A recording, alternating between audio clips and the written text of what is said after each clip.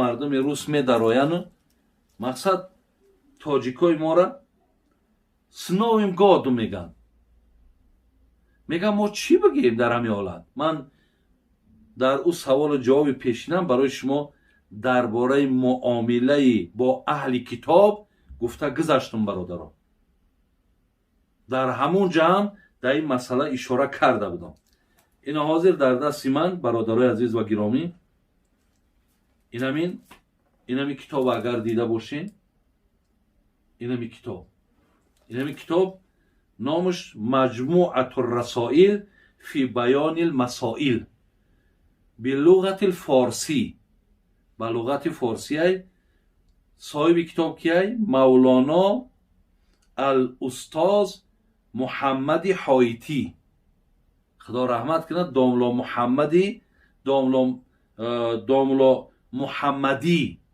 домло муҳаммадӣ ҳоитӣ қумсангир, ки мо бисёр ин ҳазрата чандин борҳо рафта зиёрат кардаги будем, дуоша гирифтаги будем, ҳатто кӯлобам омада буд, дар унҷа ҳам мақсад ҳамроҳаш нишаста будем.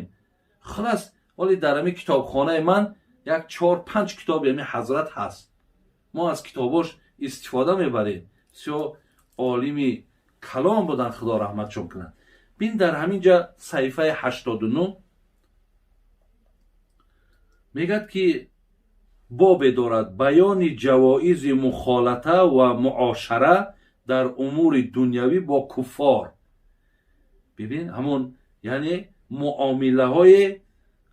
муомилаҳои дунявӣ бо мардуми ғайри дин. инҷа 2-3 саҳифа бародарои азиз барои мо нависонда доданд. ман баъзе ҷоҳоша мехонам.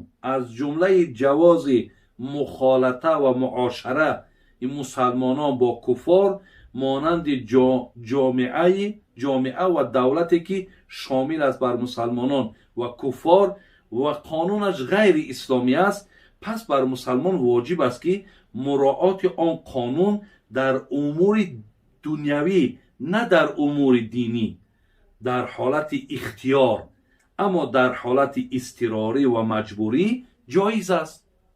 бародаро чӣ мегӯяд? мегӯяд ки вақте ки шумо дар ҳамон мамлакатҳои мисли Россия ки қонунаш қонуни ислом нест, яъне бо онҳо дар ҳар як корҳои дунявишон, хеле ки ҳозир рафта корҳои дунявӣ дорен, магазин кушоден, дар онҷа дуконҳо кушоден, хулас ба ҳар корҳои мисол дунявӣ вақте машғулен, бо онҳо муомила кардан, хариду фурӯш кардан мақсад ҷоизай мегӯяд. ва вақте ки мисол дар ҳамон мулкҳо ки даромаден, шумо аз қонуни онҳо мегӯяд итоат кунед. оли баъзе бародарои мо мегӯяд не мо охир не мегӯй ё итоат намекунӣ, куҷо рафтӣ ҳамон Россия? барои чӣ гражданство гирифтӣ? иққа заҳмат кашидӣ, иққа хароҷот кардӣ.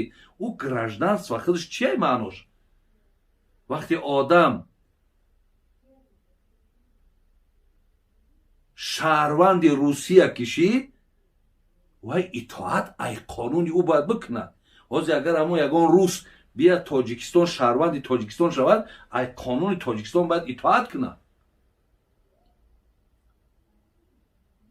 масъалаи шаҳрвандӣ ҳамин ку паспорт дар кисаша не ёра итоат канда дар кор нест. ин ҳамаш гапай бародари азиз.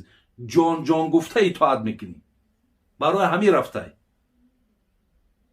аи ҳазратам ҳозир ҳаминро дар назар дорад ки дар умури диниш не, мақсад мо мусалмонем, онҳо хоҳ мақсад дини насронии худшон аст,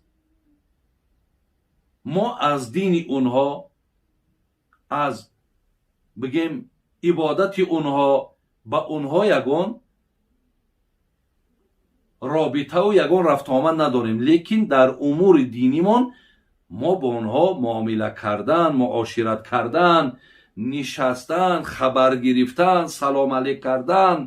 бубинен ҳатто дидем дар ҳадис ки вақте мегӯяд السلام علیکم بگو وا علیکم.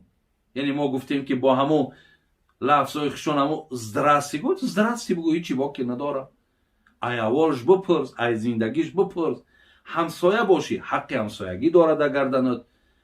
دستت میرسه یگان سومک یاردمش کرد. در آدمی غیر مسلمان، یعنی همی کتابی ده فقط زکات درست نمیشوه. اگر شما برای نموده 1000 سومی عروسی در دست بین همچو صدقتون قبول میشوه. حتی از اونها ببین قرآن اجازت میده زن بگیر و فرزند به دنیا بیار. وقتی زن گرفتن، فرزند آوردن که در حیات ما، در زندگی ما یک امر مهمه، وقتی اونهاش اجازت شید همه از سلامش درسته. دوامی گپی حضرت گوش کنیم. میگد که و این همه بدون اختیار مسلمان ها هست. پس مسلمان ناچارند که در معاملات و رسوم و عادات دنیوی با مردم غیر دین موافقه و اختلاط کنند و در عیدها و جشنواره های همدیگر را تهنیه و تبریک کنند. و این تهنیه و تبریک از جانب مسلمان ها برای مردم غیر مسلمان در عیدها و دیگر رسوم آنها برای موافقه و مراسای ظاهری به آنها هست، نه از روی دوستی باطینی. ببینین برادران از چقدر آدمای با حکمتن. همین حضرت داملا را ببینین چقدر مقصد جهانبینی دارن. حضرت میگد که یعنی در هر یک ایده‌هایی که شما دارین، دیده که در عید قربان، عید رمضان شما را تبریک میکنن. وقتی تبریکتون کردن شما رحمتشون بگین. در همون روزهای عیدتون یگان هدیهشون بدین. وقتی اونها عید کردن شما تبریکشون کنین. میگد بین زیرا شما میگن ناچارین، شما در ملک هوا زندگی دارین، شما دیگر ضروره که با اونها میگه در همین مسئله ها چیکار کنین؟ معامله کنین. میگه